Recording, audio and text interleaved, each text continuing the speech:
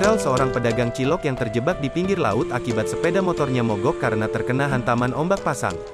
Video momen tersebut diunggah oleh akun @terangmedia di jejaring media sosial Instagram pada Jumat, tanggal 6 Mei tahun 2022. Rekaman video memperlihatkan di mana suasana pinggiran laut yang berada di bawah jalan.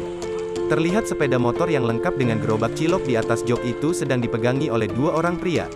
Ombak pasang air laut yang terus menghantam pinggiran bebatuan serta sepeda motor tersebut. Terlihat dua pria itu tampak hendak mengeluarkan sepeda motor dari area tersebut. Namun sayangnya, sepeda motor milik pedagang cilok itu dikabarkan mogok lantaran terkena air laut pasang.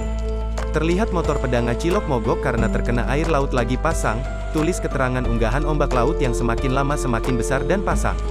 Sehingga ban sepeda motor itu sudah tenggelam setengahnya. Seorang laki-laki lain pun datang ikut membantu si pedagang cilok untuk mengeluarkan sepeda motornya. Meskipun ombak terlihat pasang dan cukup besar, namun sejumlah pengunjung tetap ada yang berenang di laut tersebut. Video itu viral dan mencuri perhatian warganet. Namun, warganet malah membingungkan hal lain dan fokus kepada bagaimana cara pedagang cilok itu bisa sampai di lokasi tersebut.